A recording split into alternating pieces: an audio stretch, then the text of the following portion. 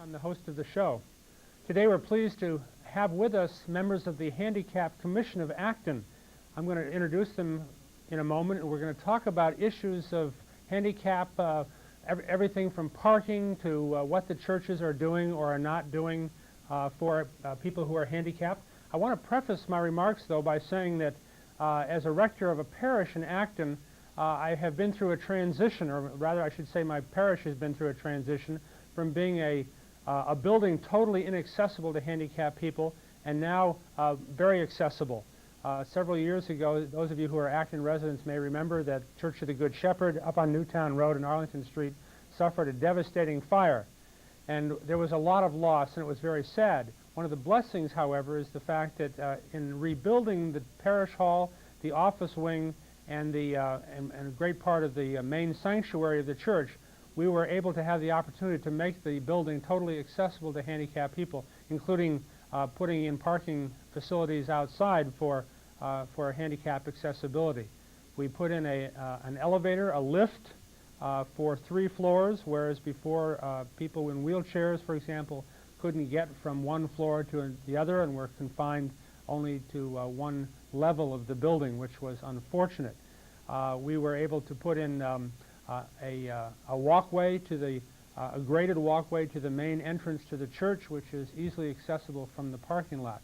And out in the parking lot, we now have handicap signs, parking spaces close to the church, so that people who are in automobiles that are equipped for handicap access can get right from the automobile, going right straight up to a grade to the entrance to the church, through the doors and right into a lift that can take them to the 3 levels.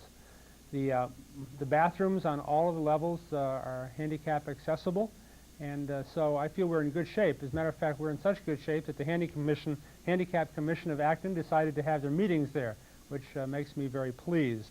So we're going to talk about all aspects of availability, of accessibility, you might say, for handicapped people. I want to introduce the members of the commission, those who are here, and I'm grateful to all of you for being here on Acton React. This is a program which tries to dovetail religious concerns with social issues, and this is very much of a social issue and a social problem that we need to talk about. And so I feel it's very appropriate that you're here on this religious format to talk about issues of handicap accessibility. This is a powerful group of people here. They carry a lot of weight in town since the conception of their commission in 1987, just a year ago. Let me introduce the people who are here with me. On my left is Connie Ingram. Connie is a member of the board. She has 2 children. She is also an advisor to a co-ed Boy Scout troop. I don't understand. Well, that's another show. Anyway, we're glad to have you here, Connie. Thank you. And next to Connie is Walter Keever, who, along with his friend Joan Burrows, sitting next to him, conceived the Handicap Commission a year ago. Walter is the chairman of the Acton Commission for the Handicapped. He's also a mental health counselor. Is that here in Acton? Do you do that, Walter? You might be surprised, Walter has a daughter and also has a grandson who is 18 years old. He just looks young and probably feels pretty young most of the time. And next to Walter is Joan Burrows. Joan is an associate member of the Handicap Commission. She's a social worker, a piano teacher, a singer. Oh, she didn't want me to say that. Anyway, and so she obviously has a very active life. I guess you might say, the ombudsman for the group. She's the one who I've had a lot of contact with on the phone talking about setting up this program. Next to Joan is Wayne Guillen, and Wayne is a member of the commission and also has 3 children. And no, I'm sorry. 4 children. Sorry, I'm sorry. Joan has 3 children, 1 grandson, and Wayne has 4 children. And he is a commercial artist and illustrator working in an office in Belmont. That's where your studio is. Fine. Thank you. I'm going to ask you each a question, and which is going to get us rolling, and I'd like to have you just say briefly what your feelings are about this question. As a member of the Commission for the Handicapped in Acton, What is your greatest concern? Let's start with Walter. My greatest concern was twofold: awareness Awareness? Mm-hmm. and acceptability. Mm-hmm. Mm-hmm. Because once I start getting around and grown up, I really couldn't get into restaurants, barber shops, dentists, doctors. So that's when we decided to start a commission and eventually get a book club and find out and document what's available, what's accessible, and what's not accessible. Okay. I'm going to come back to that because we want to talk a little bit about the history of the brief history of the commission, and talk about what were the concerns of all of you which got the ball rolling in the first place. Let's go to Joan, and let me ask you that same question. As a member of the commission, what's your greatest concern, Joan? I think pretty much the same thing as far as awareness goes. I think attitudes of people, if you don't make people aware of the need for the disabled population, then they're not going to be eager to make things accessible. So I think the first thing is to try to let them look at their attitudes about disabled people who, back just a few years ago, or the old days if you want to say, were sort of hidden away. And now everyone's out and working and doing things, and they have to have things accessible. They have a right to be able to get into any store or barber shop or doctor or wherever it is. They should be able to use their town's facilities, their state facilities, whatever. So I think you want to work with attitudes and accessibility at the same time, but you really have to do a lot of awareness to let people know that these people are here and should have a right to participate in the community. Absolutely. It's not a question you're saying of the fact that people don't care. It's a question of that they just don't know the issue. They don't know the problem because they're not handicapped. Right. Wayne, how about you? Could you answer that question? Yes, awareness is very important, but also parking is one of our pet peeves. And not only ours on the commission, but it seems like everybody that I've spoken to in the past that have some kind of disability, they find that people are always in the parking spots. They're always running in just for a minute, they say, into the post office or into a store, and many times, and especially in the winter, many times the spots are taken by somebody who does not have handicap plates. Thank you. Connie, how about you? Well, I have to agree with all of them. Being in charge of parking, that's where I see it the most, and trying to get people to put up signs to show that it's handicap parking. That's really the biggest problem, getting all those that own parking lots to do that. Have you ever encountered people any of you, encountered people who were parked in a place where they weren't supposed to be? Oh, yes. Oh, yes. How do you deal with it? Well, come back. We met a couple. One had a nice car from the Jaguar Out Club. Really? Joe went up to him nicely. Said, excuse me, yeah, back. Handicap spot. And he says, do you want this place? No. Well, I'm just going to be a minute. Just going to be a minute? Just a minute. And he just ignored us, marked my name, did his errands. That was it. Insensitivity. Gross We've met a insensitivity. lot of people. We've had a lot of phone calls, too. Yeah. And some people in Acton have been rudely spoken to, in fact, language used that I won't use, and they have complained to us about it, which they would like to be able to do something. These are people that would like to help, but, you know, what can I say except go up and, you know, try to remind people that they are parked there. Again, they don't really understand the need. Yeah. If someone is driving through, there are people that drive their own vans. If Walter were driving his own van and there were no places, and he, you know, couldn't park close enough, there's times when he's not going to go a long distance, or Wayne or several other members on our commission, to take the long walk from the back of a parking lot, especially if the weather is bad, if it's pouring rain or freezing cold. It seems also the placement of parking, handicapped parking spots by the store owners many times are far away from ramps or far away from the actual door. Like I've been to many parking lots that the handicap space is at the end of a row of cars. Right in the front, where the door is, you still have to walk a long distance from the handicap spot. Now, I would think that that the store owners would be required to have the handicap accessible areas right there in front of the store. I mean, that's where they usually are. Well, I think it's, But is that up to the store owners to make that decision? Or? there are laws. There's a law, Yeah. but it's, I say, a problem that we're undertaking now, and Connie, say, is in charge of the parking. First thing is to try to get them to mark them above ground signs, because the pavement signs just fade away, or in the winter are covered by sand or Yeah, snow or yeah. whatever.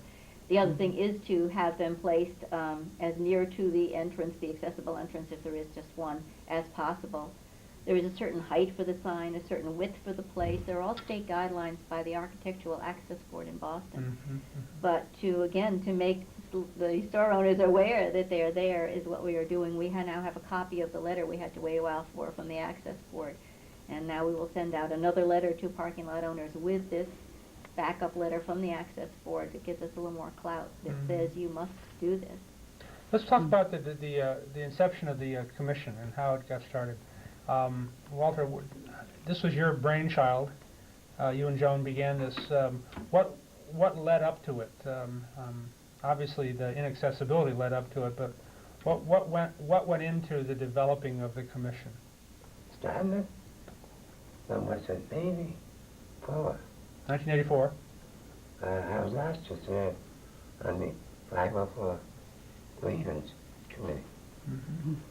And after Joe and I attended 3 meetings, we saw that they weren't really doing what I wanted. So then Joe and I decided, well, let's start a commission. So what we did, we called Steve Rich in Revere. We used him as a role model. Now, Steve Rich is Right. from Revere. Is he handicapped? Handicap. He was the one that told us how to get started. Because if you can start, you can form a committee or go with a commission. You go with a commission under chapter 40, section 8J. Then you get a bigger club. So Joan went out, put on the ads on local cable that was on the commission. I'd be interested. He had ads, newspapers. We just wanted to see if there was a response. And believe me, we got a response. Now, were you going after membership there, or were you just going after, just trying to get a response of people saying, yes, I would support this? Well, both, No. but we were told by the town that, well, there might not be enough interest there, and so in order to form a commission, you do have to go through the town. It has to be approved Wait, at let me town back meeting. up. Let me back up. You Yeah. said that the town said that there might not be any interest there. Enough interest. What was the message that was coming through there? What what was underneath that message? Probably resistance, as there always is, I think, to anything new, but perhaps even more so to the commission, I'm not sure. Well, were they saying it's going to cost us some money, Oh, probably. Uh-huh. That didn't come to my mind at the moment. or but it's it going to be has one been. more thing that we have to think about as a Yeah. town? Yeah, another committee, another Another commission, committee? another group, yeah. So again, that insensitivity. Mm-hmm.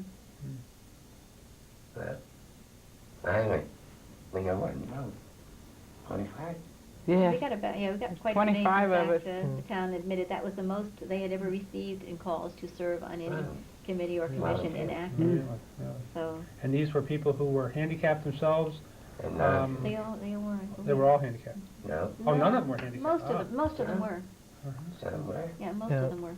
Or they had someone in their family that was handicapped. Yeah, yeah. Or But just they- an interest. There were a couple Interest, with some just an people- interest, but most, I'd say most were. Let me, working in the field. ask you a question. I've used that term, we've tossed that term handicapped around.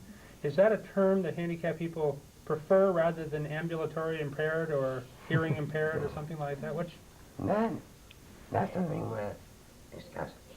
To me, disability, or handicap, doesn't bother me. uh-huh, Joan doesn't like that. uh-huh. She would rather find Well, I just think from the awareness training we've had, handicapped comes from the word cap in hand. That's where it comes from. So you're Oh, thinking is it's that a right? beggar on the street. So I've, Right. not being disabled myself, and it's that's something I've picked up from the awareness training you've had that you don't stop to think about. And the word I guess used mostly is disabled, which isn't a great word either. You've got the dis there. You've got something Yeah. negative. And What about ambulatory or non-ambulatory, or like hearing impaired for people who hearing are impaired, I deaf? think, is used now for that. Sight impaired, Sight rather impaired. than the other terms that were Yeah. used, are preferable. As far as mobility problems, the latest is physically challenged, which Walter doesn't like either. I guess you wish that you could just not have a term. I think they just, they're people, and they would Yeah. rather not be segregated. Unfortunately, Yeah, the point is you don't want a word. term that's going to sound like it's dehumanizing or a put Yeah. down on a person, because people who are hearing impaired or mobily impaired are people who are very active, as obviously Sure, you all are, yes, and so yes. that's something that, again, society needs to be aware about. Well, I just wanted to insert that, but I want to go back to talking about the formation of the commission. So, Right. pursue. And then, what we did, after we formed this bean charter, I think it would be a Douglas, went before the selectmen, proposed it, and it was put on as an article in the election of '87, 87. and it was passed unanimously. But when we were given a budget, 500,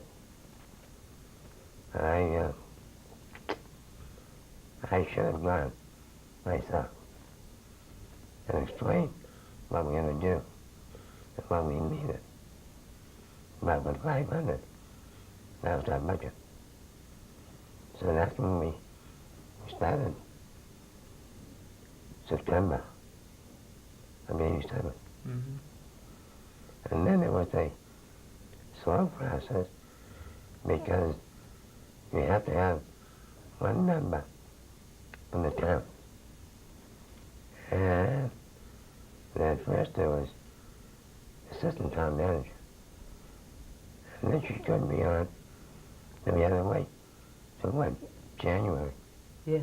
for Chuck Castro, The select. selectman. He was appointed liaison to become an official commission. That's how the whole thing started. So Chuck Castro Right. became, did he go through some of the sensitivity awareness just by being a member of the commission? Or I you think. you had mentioned Yeah. that you had some sensitivity awareness programs. We just had recently one from the Office of Handicapped Affairs. We'd also been to some of the meetings in Marlboro. Actually, Chuck did go to the one in Marlboro with us, where you pick up that too. Also, I believe he has had some experience in his family or friends. And just Which being is- around us for a little bit, he becomes more of aware of disabled. right. And, he's helped quite a bit Yes, he on has. a number of things, especially He working has. with the town. He's given us a few avenues that we normally wouldn't have gone at. Like what? Well, dealing with the town manager or other people at the town hall, we didn't know the people who to go to for certain things, and usually Chuck knew right away who to go to or who we should go to speak to. And he's either Don Johnson, who's now the town manager, and Teen charter. Dean Charter. Yeah, we at the beginning when we first got ourselves organized, we all went around to each position in town of officers and whatnot, and try to introduce ourselves as a commission and try to see what their needs are and what give them our needs really and what we like to help them with, and basically that's what we did, like about in the first part of last year. What was the hardest thing for you, Wayne, before the commission was formed? You mentioned the parking, but Yeah. what other things in town was the town were there sidewalk ramps? Were there Well, were there ramps into stores and things like that before the commission started? We were still working on a number of things, like parking, of course, is one of the major things. But I think we have to start working on all the stores in town and trying to get them to see the needs, ramps, curb cuts, parking spaces up front. Elevators? One thing that really bothers me a lot, and many other people, is like the post office door. And not only that, but I don't think there's a curb cut in front of the post office. No, there isn't any curb cut, and No. that's hard to get through because that's a rented building. It's not owned by Yeah. the government or by the town. I think that door is hard to get into. For anybody. anyone. Anybody, Very especially difficult. for carrying packages. Sure, Yeah. or even a mother with a young child trying to get through the door in a stroller. I mean, Right. you have to back through, and somebody has to hold the door open most of the time. So it's just little things like that that we are hopefully going to try to have worked on. Connie, how about from your point of view? What are When how has it changed? What was it like before the commission? Well, before the commission, when I had my handicap plates, you pull into any parking place and everybody looks to see what handicap you have. And if you're not handicapped, they want to know why you're parking there, or they'll just ignore you. Now, my husband, who isn't handicapped, will use my car once in a while. And if he pulls in a handicap, he definitely gets the looks. So he will pull into a non-handicapped spot, which is even more difficult because they all say, "You have handicap plates. Why aren't you in a handicapped spot?" So I'm sure everybody's had the same problem back and forth. But I found that I didn't really know the different handicaps in town or what people really needed till I became involved with the commission. I didn't think about going into a bathroom door and not be able to turn a wheelchair around to get out. Didn't think of that. Or how heavy the door was to pull, except the post office door. Or how wonderful it is to be able to go to a store and the door opens automatically. So those are the things I became aware of more so after the commission began. At this point, and maybe I don't know if we're treading on dangerous ground here. At this point, on a scale of 1 to 10, how would you rate Acton? 10 being the most accessible, 1 being the least accessible.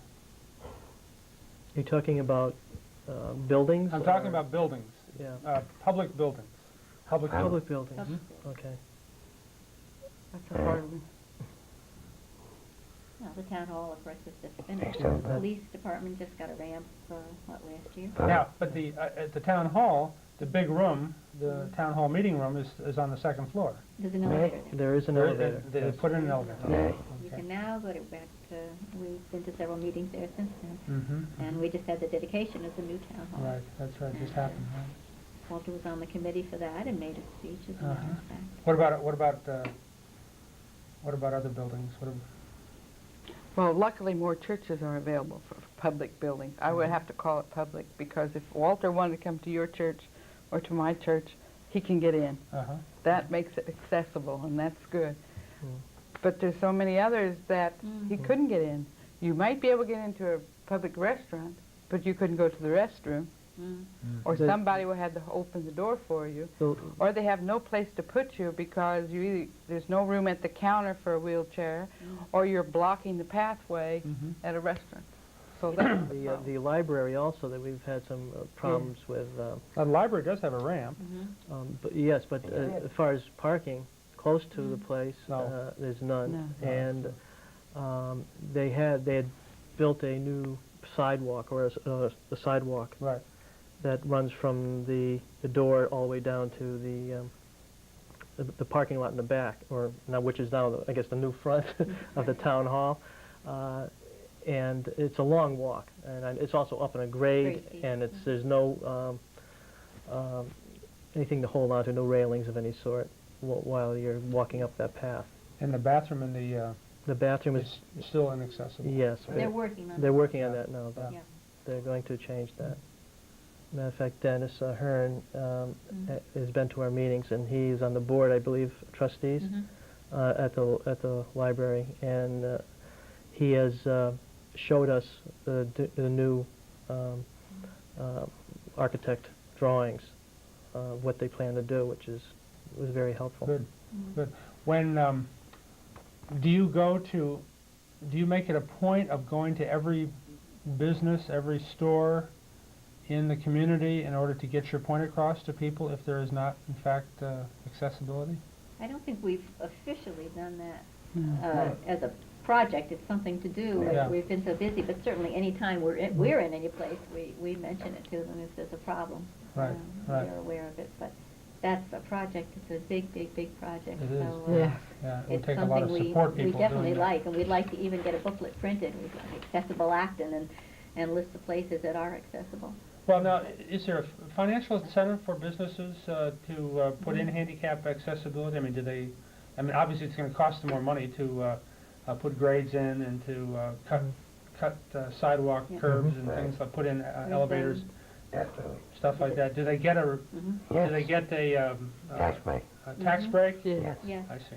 From Up to $35,000 a year yeah. for 3 years. Mhm, mhm. So actually, what you're doing the work for nothing. Mm. We're going to cut away momentarily. We'll be back. Here's a chance for Adam Trussell to give you a few public service announcements. Stay with us.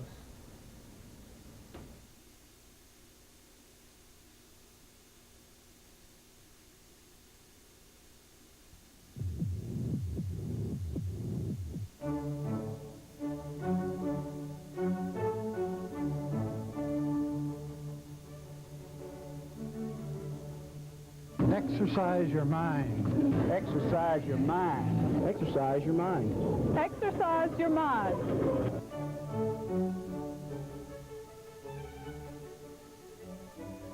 The Acton Memorial Library encourages you to exercise your mind.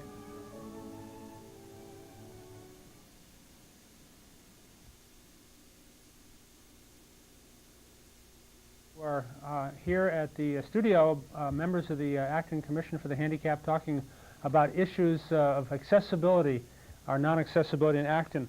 I wanted to read from their literature several of their short and long-term goals that the Commission has set. The first is to increase public awareness for the need for handicap parking and to respect the same. We're going to talk a little bit more about that later on. Increase enforcement of the handicap parking law, which brings a $50 fine in Acton. Thirdly, to educate people who qualify to apply for a placard at the Registry of Motor Vehicles. Fourth, educate people to the fact that Acton has a special placard for those with temporary disability. Fifth, educate Commission members on the state parking regulations. Sixth, assess and encourage businesses and public places to provide adequate handicap parking according to state regulations. Seventh, print cards used to alert people who are illegally parked in handicapped spaces. Eighth, form and utilize a Friends of the Commission for the Handicapped and continually encourage people to join. And 9, design and print flyers to inform Acton residents of the Commission and its goals. And then these are the long-term goals that have been set by the Commission. These are down the road. Sensitivity training in the schools, beginning with puppet shows using puppets with special needs, the Ann Sullivan Outreach Program, the Seeing Eye Dog Program, and continually adding new ideas. I might also mention that probably church should go in there as well as schools. Establishing a liaison and working closely with all town officials and organizations, beginning with a one-on-one contact and continuing with visits by a representative to Commission meetings. Third, education by the Commission through visits from groups such as MA.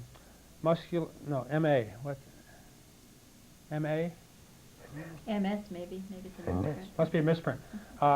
MS, muscular Sclerosis. multiple sclerosis, excuse me. Rehabilitation commissions, independent living centers, and organizations representing different disabilities. Fourth, constant contact with the State Office for Handicap Affairs, keeping abreast of pending laws changes in laws, updates on other commissions and groups for the handicapped throughout the state. Then compile a list of accessible businesses and public places in Acton. Next, access parking, curb cuts, and sidewalks for accessibility. The increase of recreational facilities available to the handicapped. Are there, at the present time, recreation facilities No. specifically for the handicapped? No. Increase public awareness on the importance of seat belts. Serve as an information source to town officials, residents, and local organizations. Set up advisory groups to help expedite some of the goals.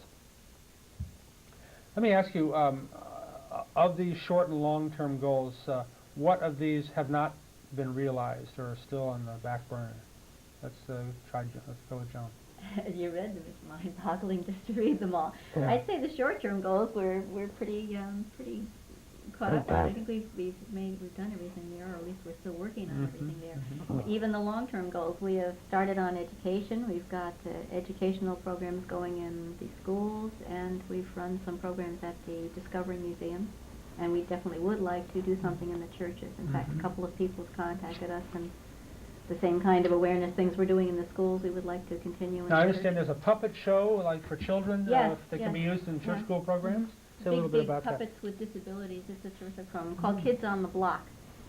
And there'll be a puppet in a wheelchair, and this is, I guess, life-size pretty much, and another one with a cane and dark glasses, perhaps, or a guide dog. So there's all the disabilities represented. And they come with a script, and if the commission members do it, we'll have to become actors and take a puppet and play a part.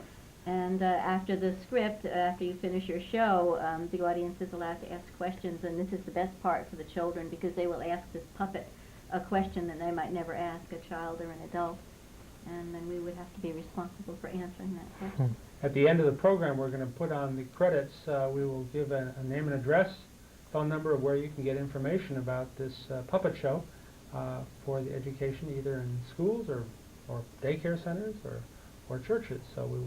So watch for that at the end of the show. During the break, we talked about ticketing cards, and that was an interesting. Members of the commission do have the right to put notices on people's cars if they are in fact No, parking. we don't put the notice on the vehicle. Mm-hmm. We take it, we may write it down, we turn it into the police station. I see. Yeah. Well, you know, this is very similar to, and I got caught in this, and I mea culpa. I guess it was about 3 years ago. I was driving Weston Road when I was living in Wellesley at the time, and I was driving down Weston Road. It was late in the afternoon, and I apparently, not apparently, I mean I did.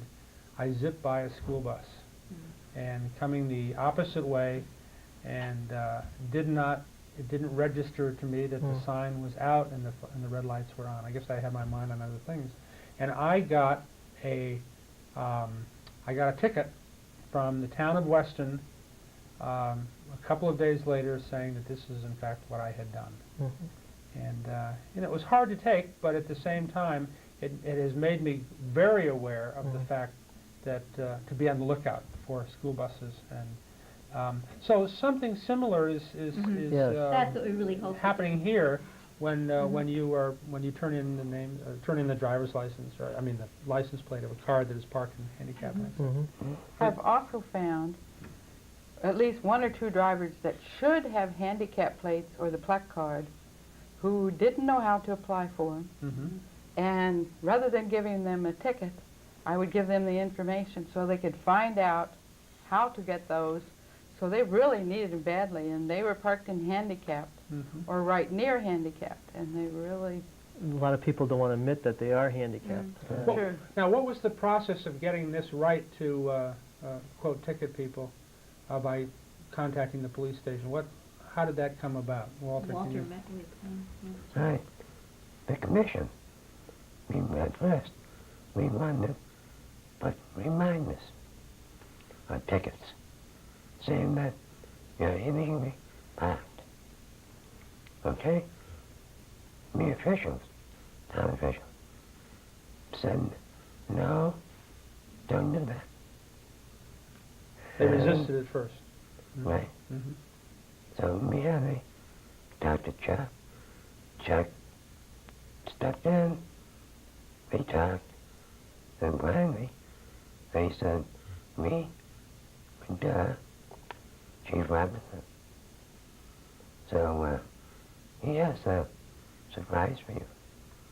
So Joe and I went down and talked to him, and he says, I have a program that's experimental. Would you like to try it? Let me explain. It's a sheet which gives you the date, time, place, license, car. We copied now only in handicap spots. If there's no placard or HP plate, we mark every once a week, we turn it in. And they contact the registry, check it out, and if it checks out, they send out a $50 ticket. And it's, from what I hear, paying off. It's working. Oh, yeah. According to the treasurer. The Attorney General also noted the program and gave Walter a call and said he was interested in his pilot program, and we sent him some information on it, and I guess the state is going to try to get legislation to mandate Throughout the state. throughout the state, to have a group of people, whoever it may be, disabled and able to ticket cars in the handicap spots. And they say it's not the $50 necessarily, which is nice revenue for the town, but as you say, it's making people aware that, you know. Absolutely. Now, just moving to another aspect of this. Wayne is a member of St. Elizabeth's, and Connie's a member of West Acton Baptist Church. What about the churches? I opened the program by talking about our church, how we were not handicap accessible at all before our fire, and then I think by the virtue of the fact that we had to rebuild, we had to comply with some new laws, which is wonderful. I mean, it was a silver lining in a cloud that happened for us, but it's a real boon to be able to put that handicap sign out there on our street sign, and it says the Church of the Good Shepherd is handicap accessible. What about St. Elizabeth's? I want to ask you about what about West Acton Baptist? How are they doing as churches in Acton? They're doing well. What do they have? They do have a ramp going up to where the Mass is said. They also have an area of, I guess, a few of the pews that are shorter, so that you can bring wheelchairs in there, which is very nice. They also do have an adequate amount of handicap spaces. And once again, people still park there, believe it or not. Going to church, people without handicap plates park there. I mean, I couldn't believe that a few times, but it's true. The one thing they do not have is any way of getting downstairs at this point. They have a big parish hall downstairs. Yes, they do. Where you have front and back stairs, but no elevator or no lift. At this time, no. Is there a plan to put in a lift? I believe so. I talked to Father Tim Butler, and he mentioned that he is planning, they are planning, eventually to have some kind of ramp or something put in through the back way. They have to come through the cement apparently and make this available in the near future, hopefully. I'm gonna try to set up some meetings with him within a couple months anyway to see what can be done. Yeah. But right up to this point, they're not. You can go there for the church services, and which is very important. But if any other activities downstairs, you can. It's very hard for anybody, elderly or any wheelchair, have any disability. So the message implied is that you're only half a citizen, yes, or half a parishioner at the church. Yes, they need to think about those things. Exactly. I think that's part of our awareness program, is the fact that many of the buildings were built at a time when no one even thought of handicaps at all. Sure. And that was the last thing on the list. If anything, everybody's supposed to hide your handicaps and never come out of your house. And now that we are hopefully making people aware, they will start putting ramps in and elevators and making places more accessible. Yes. What about West Acton Baptist Church? Well, through the hard work of Diane Adams and a bunch of the other people at West Acton, they saved enough money to put one in. We have a lift. Maybe we'd call it a small elevator because it has ground level. We go below ground level, which is about 3 feet down to where the function hall is, and then it also goes up to the sanctuary. But we still don't have the bathroom fixed for accessibility, or we don't have our pews shortened. So Now, the bathrooms need to have not only need to have the wide stall doors or the wide doors on them to get the wheelchair through, but they also need to have the railings over the commodes so that the person can lift themselves off and lift themselves back. Also enough room to turn around in there in a wheelchair. Right. I mean, it's nice to get in there and you have to manipulate your chair. Preferably with nothing And the sink underneath underneath that you can get the wheelchair under there. Yeah.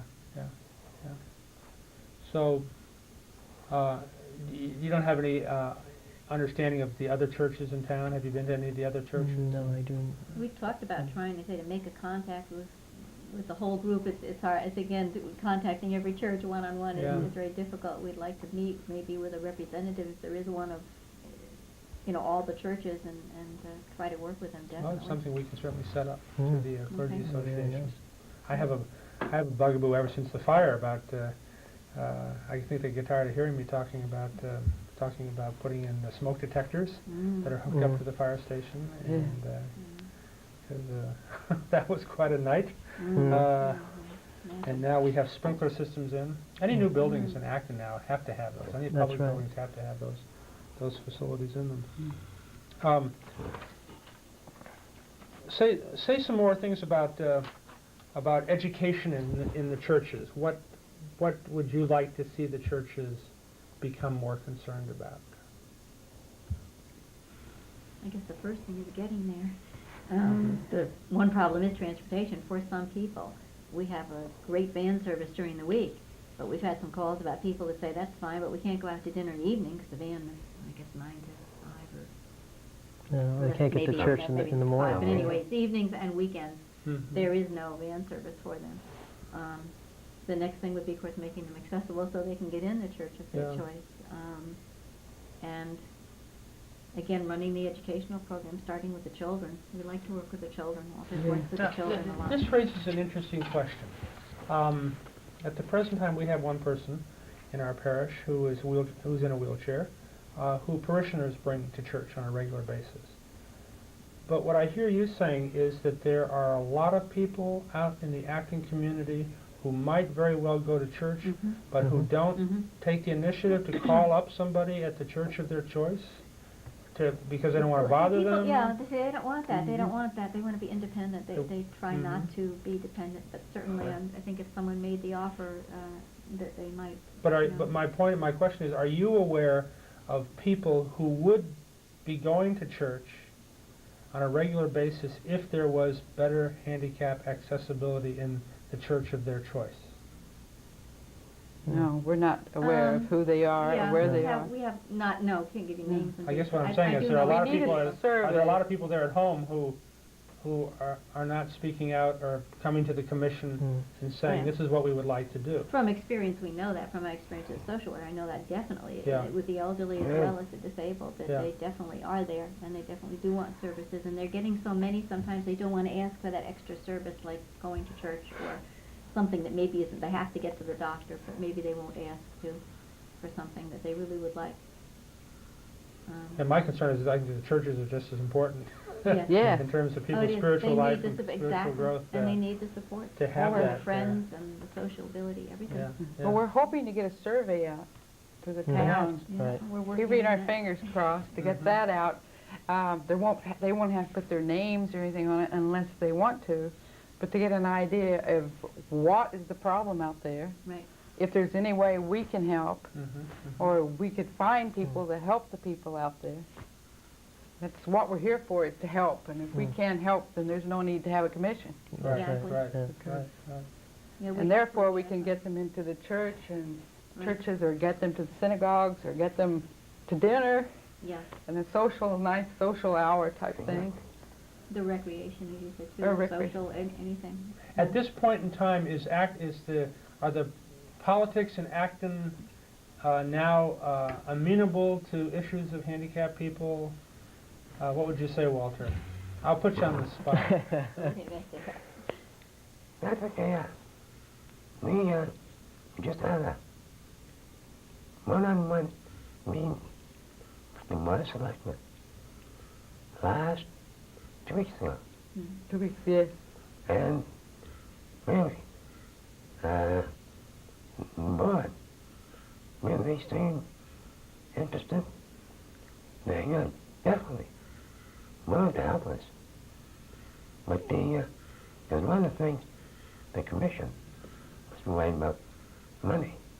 The survey, that's going to cost a lot of money. Sure.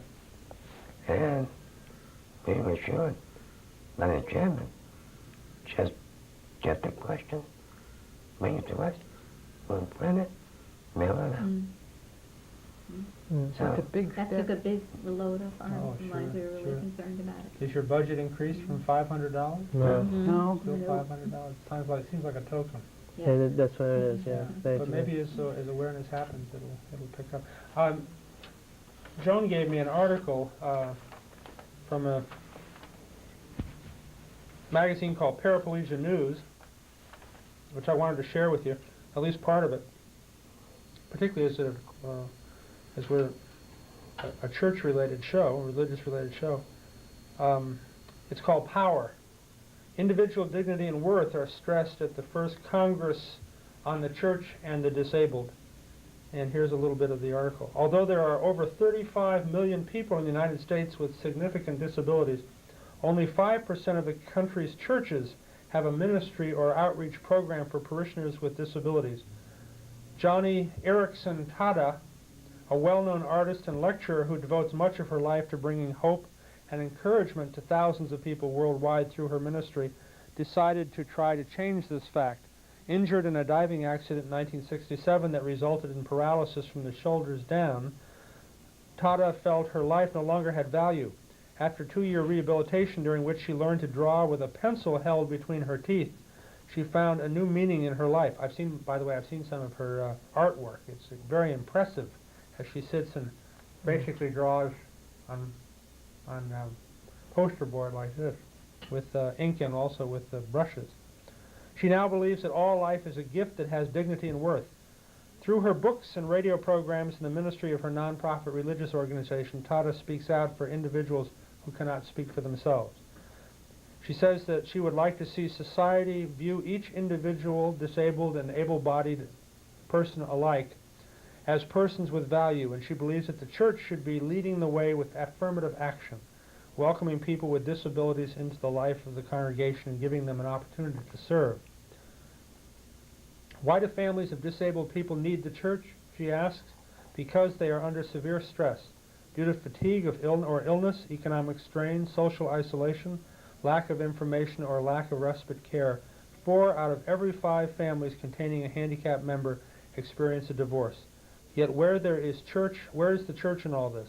We should be the ones extending the helping hand and the cup of cold water. And disabled people have so much to give in return.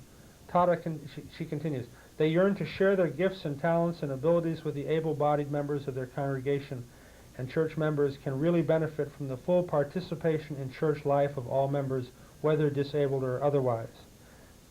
Let me have you comment on those few paragraphs that I just read from your point of view. Well, as far as I being an artist myself, I know she's talking about trying to restructure their life. I think anybody who's disabled, at one time in their life, they had a full-time job, and I still do have a full-time job. But it's a matter of restructuring your life so that you're just as productive as you were when you didn't have a disability. Do people still wince, Wayne? At me having a disability? Yeah. Well, a lot of people don't believe. You have a brace on your leg and you carry cane? Most people they don't wince at all. Most people are very good to me and treat me as a person. There have been some people that I've met that didn't know me as a person, and their first their first thought was, I'm sorry, you're okay, or Yeah. something what's the matter with you, and that type of thing. But normally, Let me people move on and jump because our time is ending shortly. Can you respond to that? I do think the churches should lead the way. I thought that before, but I say it is somewhere where you think that here are all these compassionate, good Christian people, and you'd like to see them reaching out and doing more. And maybe this will be a start for us in Acton. I think so. Walter, how about you? Well, I agree. Yeah. It's like myself. I like to go to church. But I'm a Methodist. And I'm not sure the Methodist is accessible. And right now, when I go out, like when Ray was saying, when I go out to dinner, there are people that I'm in a wheelchair. They won't talk to me. They'll talk to Joe. It's just I'm maybe retarded and why just to a point. Joe will say, talk to him. But getting back to church, I really would like to go. If I know what's accessible, I feel that part. I would love to be part of the church. Well, hopefully this show can get the message out and things can begin to take place. What about you? Oh, I teach Sunday school, so I reach out myself and try to get them in. And So you feel like the West Acton Baptist Church community is they're really trying. embracing Yes, this and is they're really trying.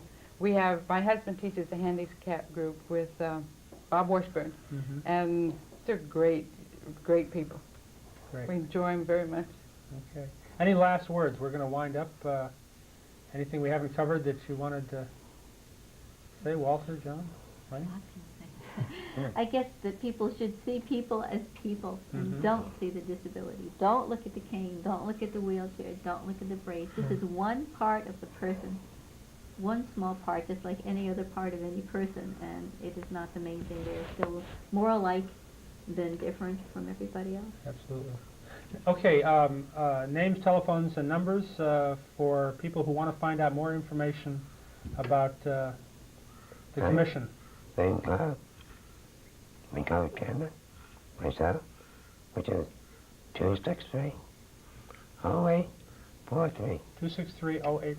Right, In Acton. in Acton. Okay. What's that box number? Oh yeah, we have a box number 418 in Acton. 418. If they want to write. Okay. And we were going to put a videotape on the program today, but it didn't come, unfortunately. The name of the videotape was called Kindle. What is it?